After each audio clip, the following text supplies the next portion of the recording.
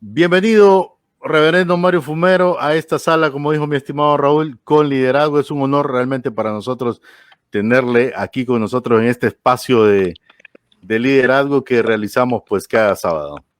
Aquí estamos a las órdenes. Yo tengo que salir como a la 1:05 para el sur, pero aquí estamos ahorita listos para servirle lo que podamos.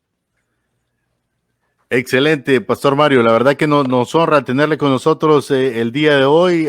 Todos nuestros escuchas han estado expectantes realmente de esta plática, así que vamos a aprovechar el tiempo. Raúl ya lo dijo el Pastor Mario. Bueno, antes que todo, quiero, pues ¿quién no conoce al Pastor Mario Fumero en nuestro país? Definitivamente, pero yo en lo personal agradecerle mucho porque yo creo que tanta gente que ha transitado por la vida y ministerio del Pastor Mario, él no se recuerda de que yo era un muchacho que llegaba todos los días a buenas 6 de la mañana a DCR 1520 en Tegucigalpa, y él llegaba a hacer el programa de conflictos humanos, llegaba puntualito, creo que a las 5 ya estaba ahí, y le jalaba las orejas a uno cuando llegaba bien cerca de la hora. Realmente fue una bendición, una enciclopedia andante, digo yo, una de esas personas que en nuestro país valen oro. Así que, doctor Mario, antes que todo, no quisiera yo pasar por alto el hecho de honrar su persona, pues, por todo lo que ha brindado a nuestro país a través de ese proyecto que Dios puso en sus manos, pero sobre todo también en conocimiento. Y también, yo sé que esto es otro tema, pero realmente honrarlo. O sea, el hecho de que usted no sea nacido en nuestro país no significa, eso no significa nada, significa mucho para nosotros realmente, porque creo que son pocos realmente, Raúl, los ministros que conocen la historia de nuestro país y la historia de la iglesia. Y por eso es que a veces la iglesia hemos ido dando de tumbos, porque seguimos enredados en los mismos asuntos. Pero bien, estamos aquí esta tarde para hablar, Raúl, de acerca de drogas, de todo este asunto de la rehabilitación. Así que bueno, te doy paso, mi estimado Raúl. No quisiera escuchar al pastor Mario, ¿verdad? Que nos remontó, Luis, a esos años, ¿verdad, pastor? No solamente que hagamos lo que hagamos, aunque hagamos todo lo que Dios manda, gracias a Dios, el Señor nos va a dar un título. Siervos inútiles somos si hacemos todo lo que nos mandó. Así que si no hacemos lo que tenemos que hacer, somos estorbo.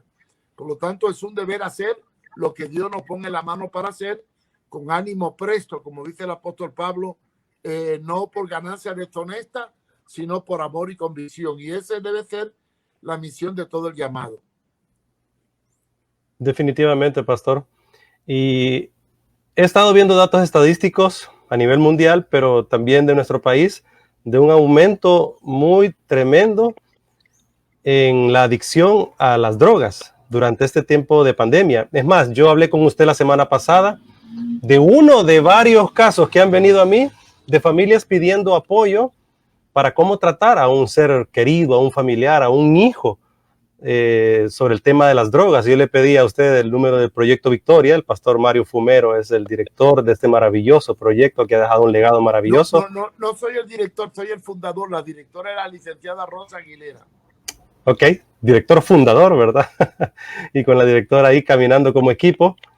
¿Qué piensa de lo que ha estado ocurriendo durante esta pandemia, pastor Mario, y acerca de este aumento en las adicciones en nuestro país? Miren, yo lo que pienso que el estar confinado y toda la problemática que envuelve el COVID, a los que no tienen esperanza le produce depresión, ansiedad, desesperación.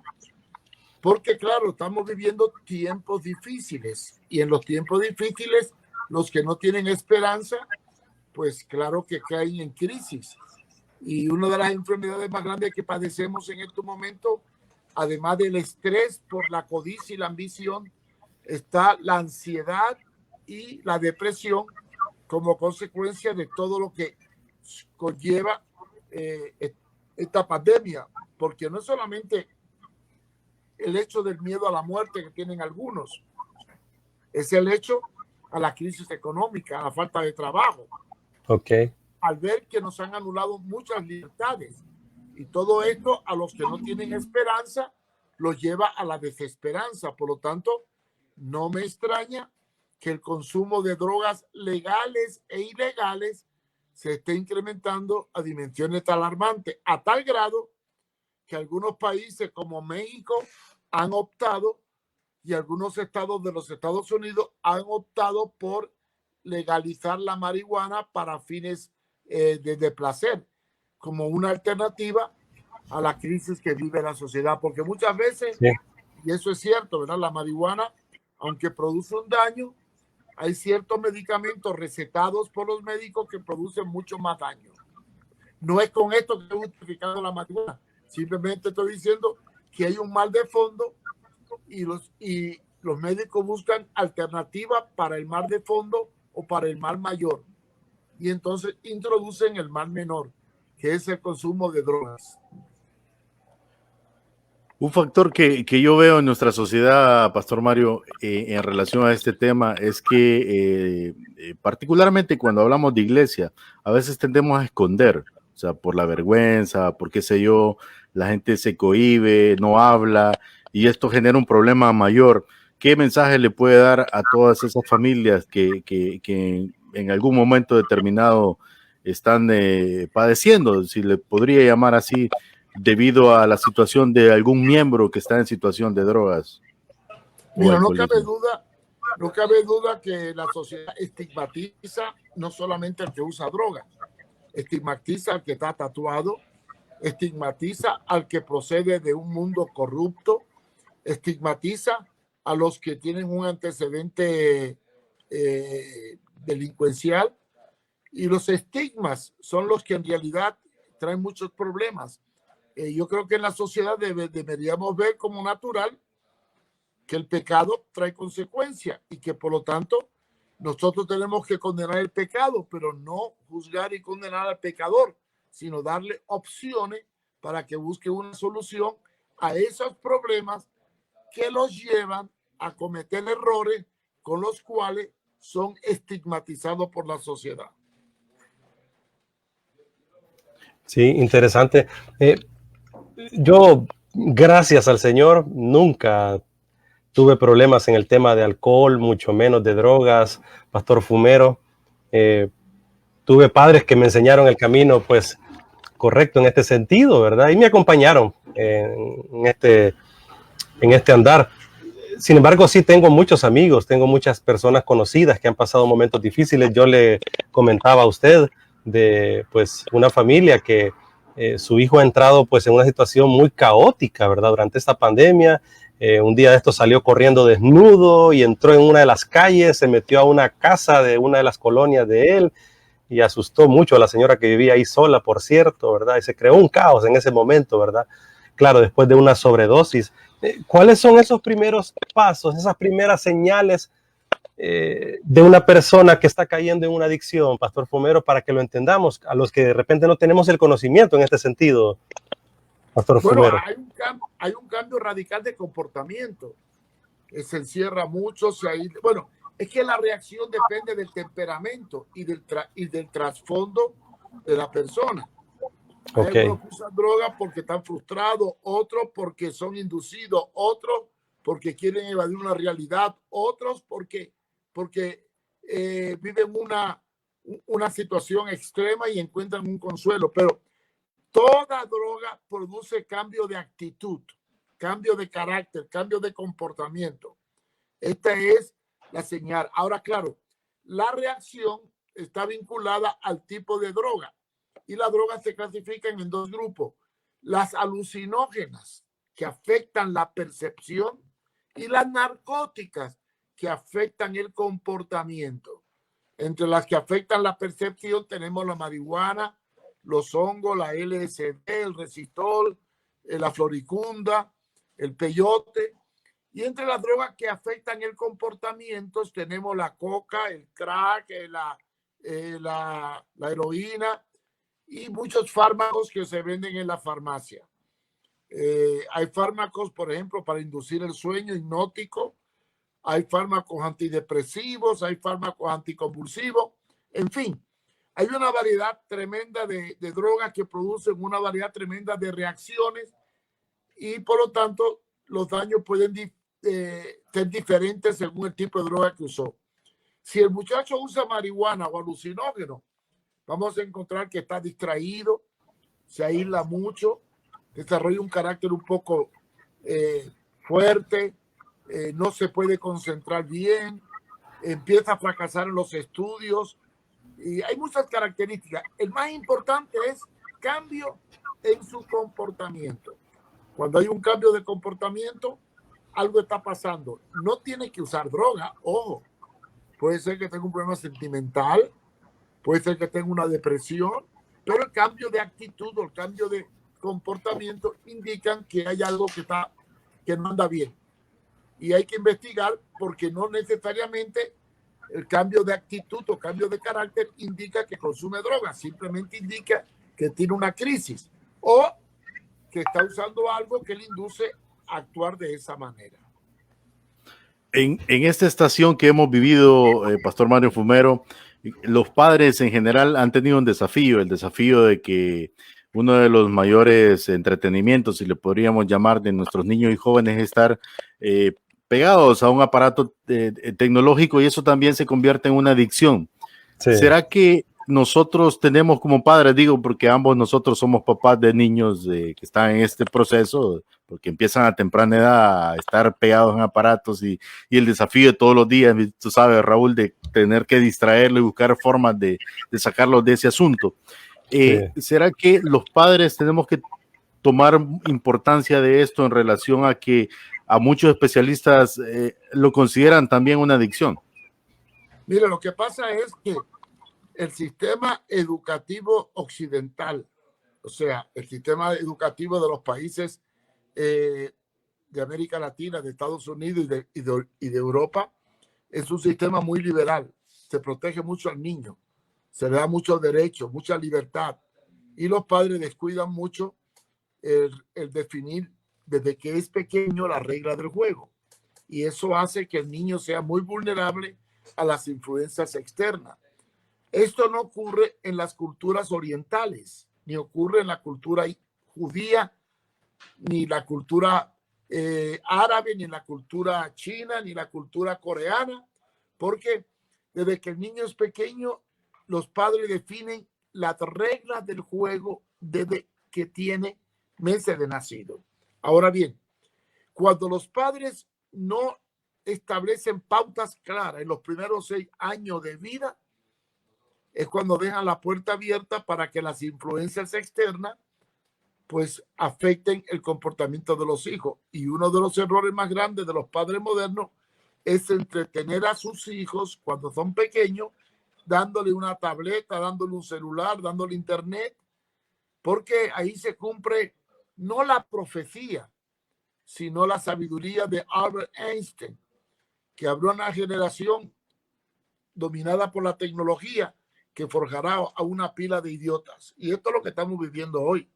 Una generación de niños idiotizados porque los padres, para no trabajar con ellos y dedicarle tiempo porque están afanados en lo material, le dan un objeto que los entretenga para librarse ellos de la responsabilidad de forjar los valores o los principios del reino dentro de la estructura familiar.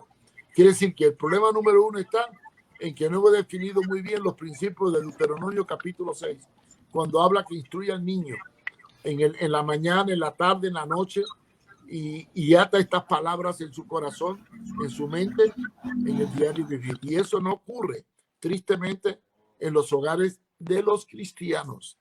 Y si no ocurre en los hogares de los cristianos, ¿qué podemos esperar de los hogares que no son cristianos? Y Pastor Fumero, ahorita se viene ya el feriado de vacaciones de verano, le llamo yo. Algunos le llaman pues la Semana Santa, ¿verdad? Termina siendo zángana. Yo le llamo la Semana Zángana. Bueno, ahí nos pusimos de acuerdo. Y se venderán millones de litros de cerveza y de guaro y de alcohol, de lo que usted quiera. Aunque ya indirectamente nos han vendido millones de litros también de alcohol para usarlo en las manos. Y mis manos están alcoholizadas prácticamente, ¿verdad? De tanto gel que uno utiliza. Pero pastor, fuera de broma, como decimos, le comento que desde hace algunos años en Estados Unidos, cuando viene el Spring Break, ahorita también allá, ¿verdad? Este feriado de verano que se dan algunos días y los universitarios salen a vacacionar, muchos hoteles muchos hoteles donde los veraneantes universitarios van, tienen que decirle a los hospedantes, bueno, aquí le vamos a dar nuestra habitación, pero esa habitación solo tiene una cama. Sacaron refrigeradora, televisor, sacaron todo, doctor Fumero, porque al consumir drogas y alcohol los muchachos tiran a las piscinas los televisores, hacen desastre. Y esto viene desde hace muchos años. Así que los hoteles han tomado este nuevo formato, y no digamos en esta pandemia que ha ocurrido también lo mismo, de sacar todas las habitaciones y solo dejarles una cama a los muchachos por la locura que provoca el tema de las drogas y este rollo, ¿verdad? Con el Spring Break. Y bueno, aquí en nuestros países de Latinoamérica también el consumo de cerveza en este tiempo. Pastor Fumero, ¿cómo fomentamos una cultura pues de no consumo alcohólico? ¿Cómo podría decirle? ¿Cómo contrarrestar esta cultura alcohólica que tenemos en América Latina, en Estados Unidos, en el mundo? Hijo mío, como va la corriente de la corrupción, no podemos luchar contra lo que ya está. No solamente es el problema del alcoholismo, la droga. Hemos convertido la Semana Santa en una semana carnal. Hemos perdido el concepto de todo lo que es el cristianismo. No solamente en el argot popular, sino eclesiásticamente la iglesia ha perdido todos sus valores a tal grado que hasta los pastores se van de vacaciones, y hay iglesias que ponen rótulos: semana de vacaciones, no hay culto, y los llevan a la playa. Esto quiere decir que hemos perdido la esencia y nos hemos quedado nada más que con la sobra, con lo que el mundo da. Mire, estamos en una crisis de valores y de decadencia espiritual tremenda. Y yo sostengo una teoría. No una teoría, pero bueno, yo la voy a poner como teoría para que no se asusten.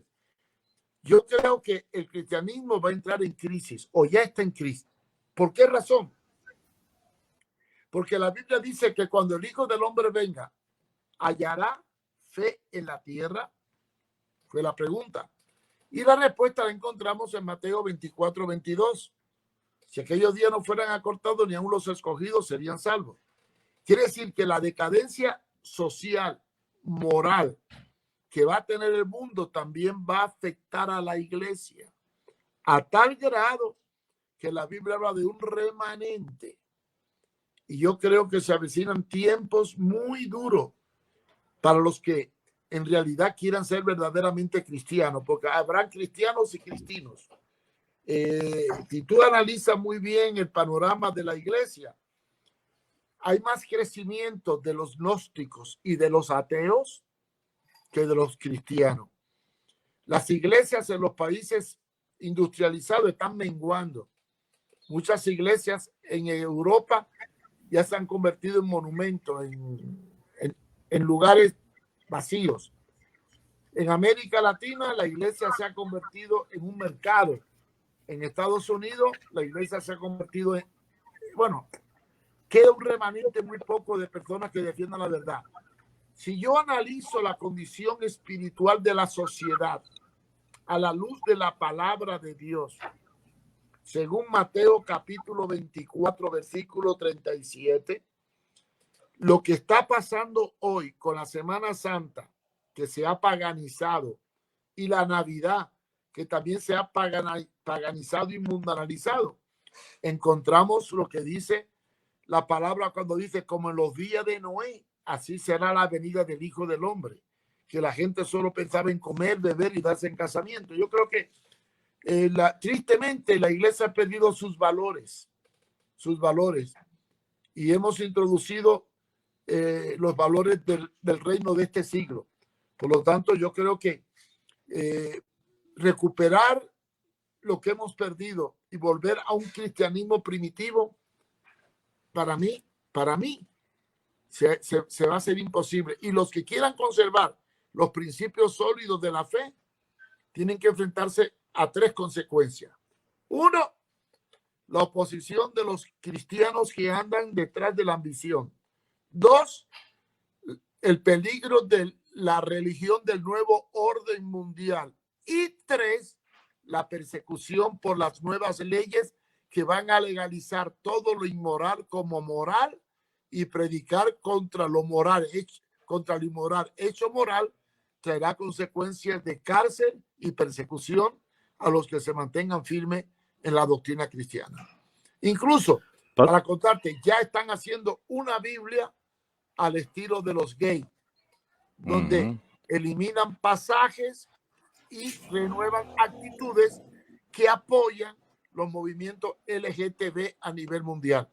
Y no dudo que aunque Honduras tiene una posición muy definida en cuanto al matrimonio, USAID, la directora mundial de USAID, es transgénero y por lo tanto ella ha dicho públicamente que las condiciones de ayuda para los países del tercer mundo está condicionada a que acepten los derechos de los movimientos LGTB y de la ideología del género. Por lo tanto, ya en Nueva York se aprobó una ley que cuando el niño nace, los padres deben registrarlo como el sexo neutro. O sea, no permitir que los padres decidan el sexo del niño, aunque haya nacido hombre o mujer. Ese es el panorama que tenemos delante. Entonces la pregunta es, ¿podremos nosotros restaurar los valores perdidos en un mundo en decadencia y que proféticamente va hacia los tiempos de Noé? Esa es la pregunta que os hago. Pastor Mario, sin duda, todo lo que usted ha planteado es algo que hemos venido nosotros desarrollando en algunos programas con mi amigo Raúl. Y sin duda, le voy a contar que por influencia suya, soy seguidor del doctor César Vidal y de hecho estoy en unas clases con el doctor César Vidal de Un Mundo que Cambia. Pero todo lo que usted ha dicho tiene que ver mucho con la iglesia. Ahora, en nuestro país nos enfrentamos a una realidad, Pastor Mario. Yo sé que esto es muy amplio, pero no quisiera pasar por alto el hecho de tener la oportunidad de tenerlo aquí. ¿Qué posición debemos tomar la iglesia? Pero cuando digo la iglesia me refiero a nosotros, los creyentes, no a nombres específicos. En un país en esa decadencia moral, como usted la ha apuntado, que sin duda pues tenemos que reconocerlo, cuando estamos de cara a procesos cruciales en la política en nuestro país. ¿Qué mensaje le merece para todos aquellos que queremos una mejor Honduras y que a veces se ve como lejano este asunto? Mira, al entrar a la Honduras políticamente es un caos.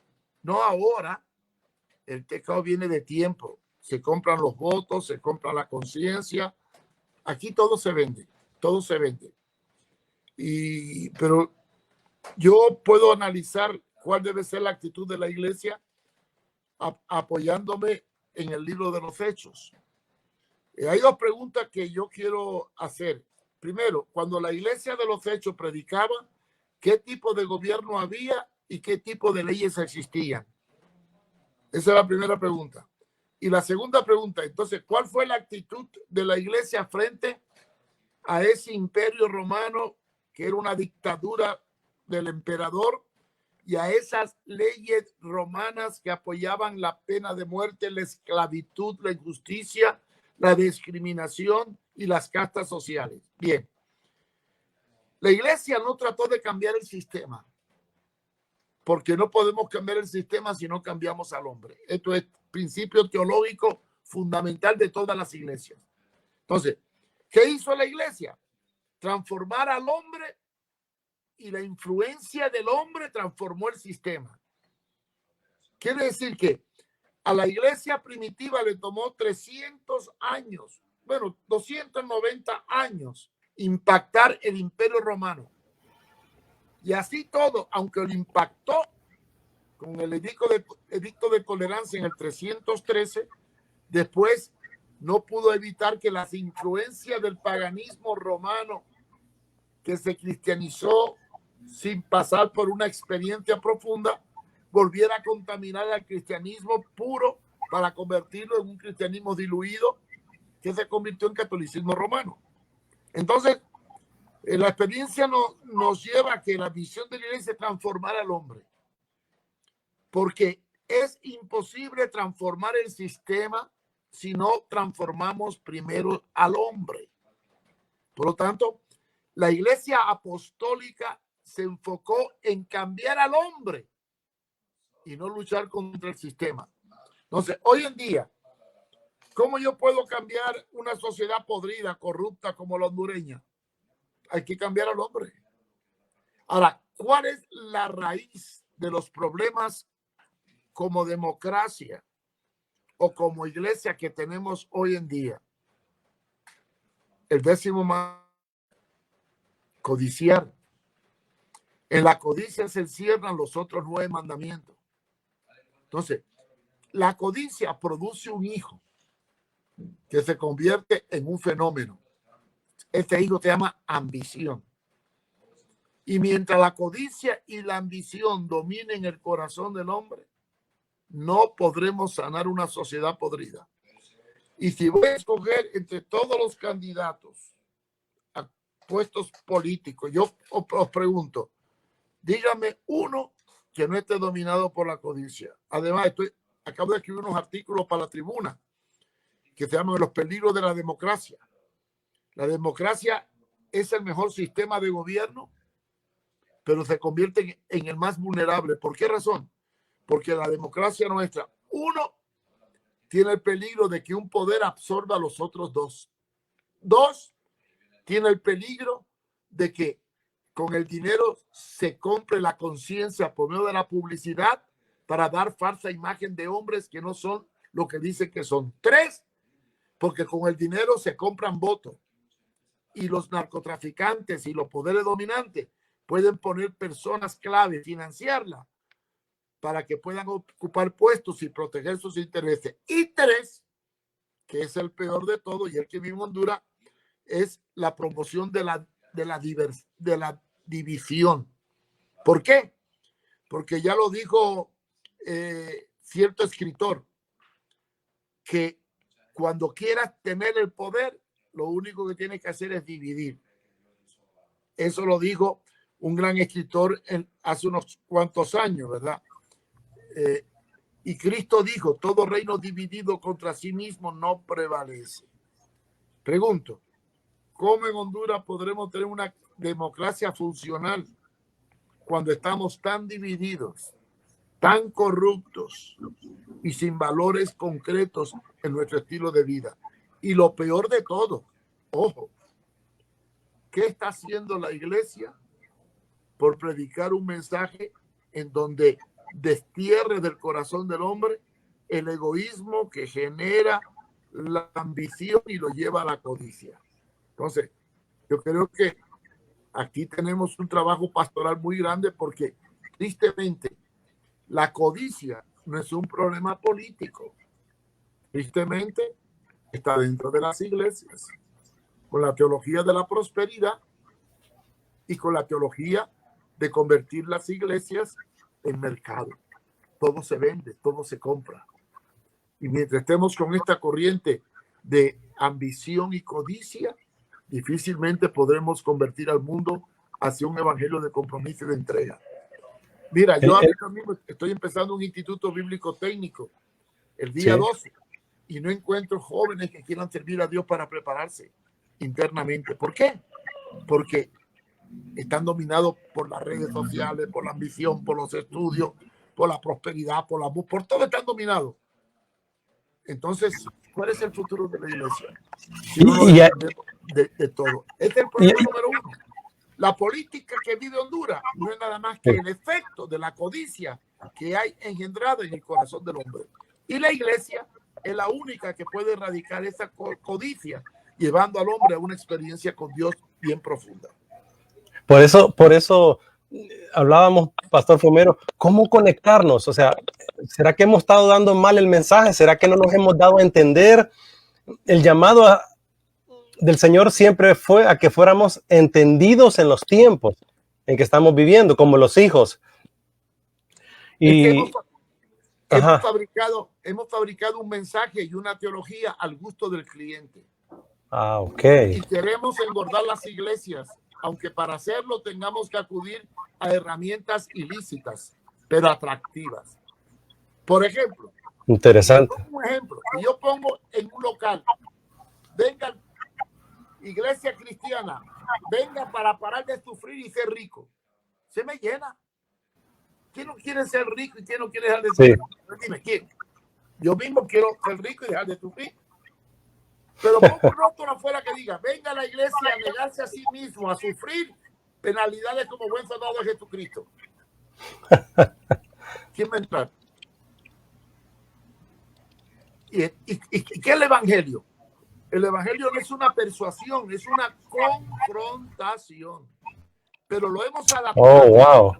Sí, lo hemos adaptado a levanta la mano y el Señor te va a bendecir. Ese es el mensaje. Entonces, como dice, de tal palo, tal estilla. O sea, dime qué evangelio recibiste y te diré qué clase de cristiano eres. Entonces, hemos jugado con las nuevas generaciones con respecto a la verdadera esencia del evangelio y los hemos entretenido más que entrenado. Y sus convicciones han sido realmente demasiado débiles porque les hemos puesto un panorama muy diferente al que el Señor nos enseñó. Hablando de adicciones a la droga, en la parte positiva ya de una adicción, recuerdo la canción de Carmen, ¿verdad? Adicto to Jesus, decía, adictos a Jesús, ¿verdad? Adictos a su evangelio, al mensaje. Yo creo que no le hemos enseñado a las nuevas generaciones a ser relevantes con respecto al mensaje de Jesús, sino que le hemos enseñado que ir a la iglesia y seguir una religión es lo importante. Decía el teólogo Karl Barth, Pastor Pomero, que todo cristiano debería tener en una mano la Biblia y en la otra mano el periódico del día. O sea, entendidos en lo que está sucediendo en el contexto y preparar a nuestras generaciones. Yo pienso en mi hijo de 8 años, Pastor Romero. Yo le oro al Señor todos los días, Señor, enséñale a mi hijo a ser relevante con su generación, con sus amiguitos, ahí en su entorno. Así como mi papá me lo enseñó a mí, que yo se lo pueda transmitir a mi hijo. ¿Cómo hacer eso, Pastor Fomero? Mira, solamente hay una forma. El evangelio que predicamos no puede ser persuasivo ni entretenido. Tiene que ser confrontativo y duro. Si alguien me encuentra un texto en la Biblia que apoye el llamamiento persuasivo, entonces yo me voy a convertir de nuevo. Pero todo el llamamiento de Jesucristo era impositivo e imperativo. Cuando llamó a Mateo, no le dijo, Mateo, si deja la meta y me sigue, te voy a hacer esto, te voy a dar lo otro. Cuando llamó a Pedro, no le ofreció un trabajo, no le dijo, Pedro, deja de pescar que te voy a dar una ayuda económica para que vengas y me sirvas. Y cuando los 3 jóvenes fueron a ver a Jesús, uno tenía una excusa, el otro le puso tiempo. Y a los 2 le dijo, a uno le dijo, deja que los muertos entierren a los muertos, ni le dejó enterrar a la mamá. Y al otro le dijo, ninguno que pone su mano en el arado mira para atrás. Y al rico que le quería servir, que era una oportunidad tremenda de prosperidad, porque imagínate que venga un hombre rico y me diga, Mario, quiero ser su discípulo, aleluya, qué bendición, con dinero que tiene me va a financiar los proyectos. Yo le diría, sí, vente, y hasta lo visitaría más y le daría cobertura especial. Cuando vino aquel joven rico, Señor, te quiero servir. Magnífico, guardo los mandamientos. Todos los mandamientos guardo. Bueno, pues una cosa. Vende todo lo que tienes, dalo a los pobres y después ven y sígueme. Y los discípulos se frustraron. Mira, aquí tenemos tan poco dinero en el arca, ni para comprar pan y peces para la gente tenemos. Y este despide a ese con tanto pisto.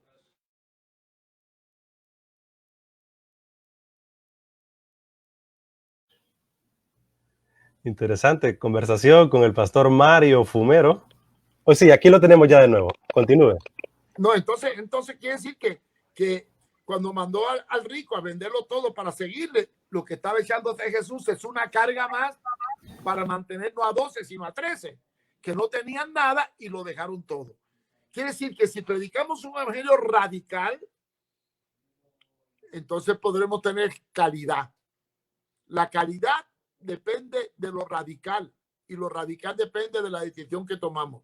Por lo tanto, no encuentro base para seguir predicando un evangelio persuasivo, atractivo y entretenido. Pero esta es la realidad que vivimos ahora. Interesantísimo.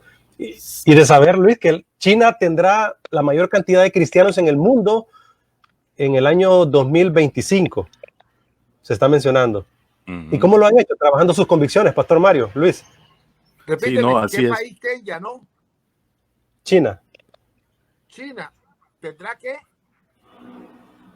Una de las mayores cantidades de cristianos en el mundo, siendo un país comunista, ¿verdad?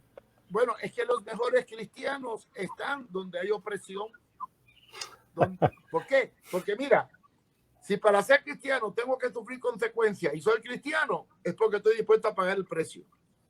Pero si para ser cristiano voy a prosperar y ser reconocido y convertirme en apóstol, me hago cristiano enseguida. Si aquí los cristianos fueran perseguidos por su fe, tú descubrirías quién es quién.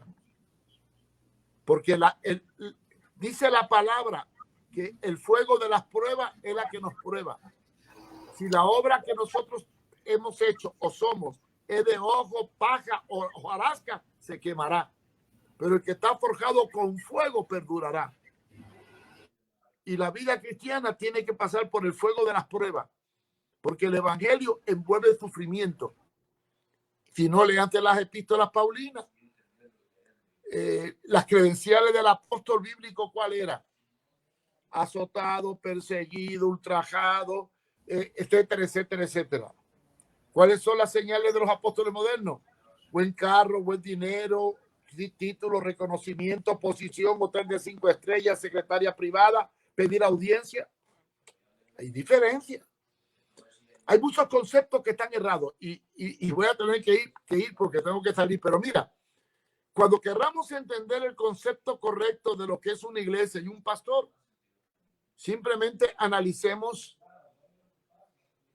qué es un pastor. Un natural es uno que está en medio del rebaño, que huele a oveja, que anda con las ovejas, que defiende a las ovejas y las ovejas a cambio, cuando viene el invierno, le dan la lana.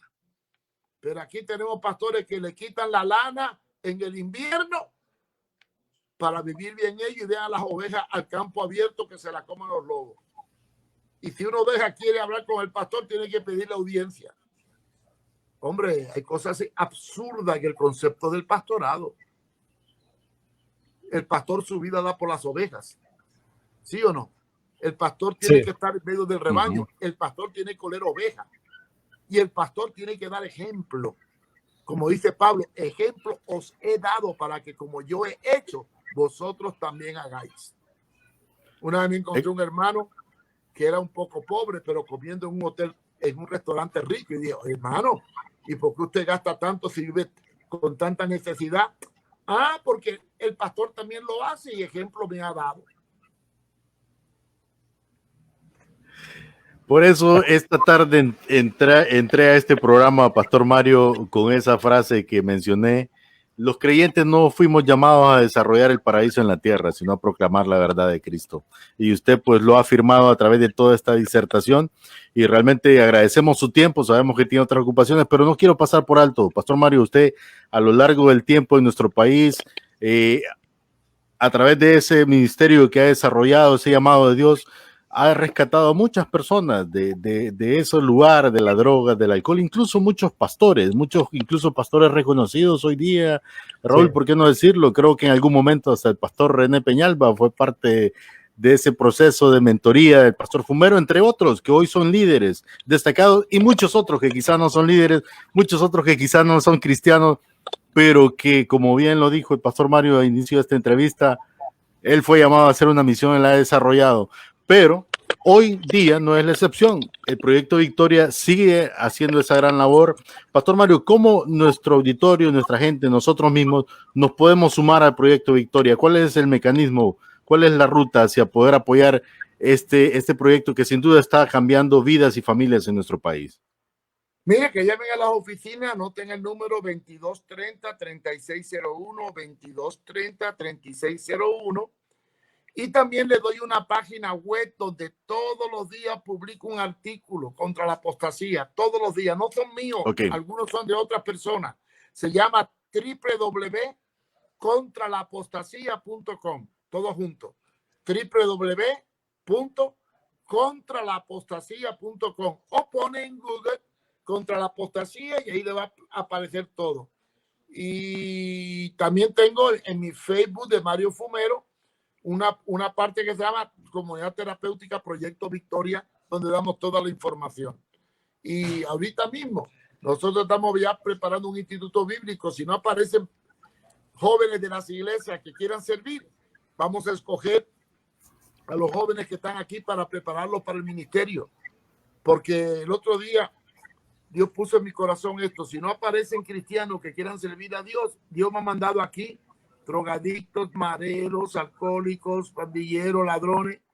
Y entonces Dios me dio un texto que está en la Biblia. Cuando Dios le habló, el rey David era perseguido por Saúl para matarlo y se escondió en una cueva. Y entonces llegaron a él 400 hombres. Y dice la Biblia que eran desahuciados, angustiados, endeudados, desesperados y afligidos. Y con esos, que era la escoria de Israel, formó un ejército de 400 hombres, con lo cual reinó y gobernó a Israel. Yo creo que Dios escoge lo necio, lo débil, lo menospreciado para deshacer lo que es. Por lo tanto, tenemos que preparar gente que estén dispuestos a sufrir y no a vivir bien del evangelio. Yo siempre he tenido una preguntita, Pastor Fomero, siempre he tenido una preguntita. ¿Ustedes capacitan a líderes de jóvenes de iglesia, pastores de jóvenes en el área de prevención de drogas, consejería? Porque tengo amigos que me han hecho esa pregunta. Estamos teniendo muchos casos y necesitamos ser consejeros, acompañantes. Lo que yo quiero preparar son jóvenes que estén internados por 2 años y por trimestre para formar el carácter. No creo en la formación intelectual a distancia, pero no creo en la formación del carácter a distancia. Ah, ok.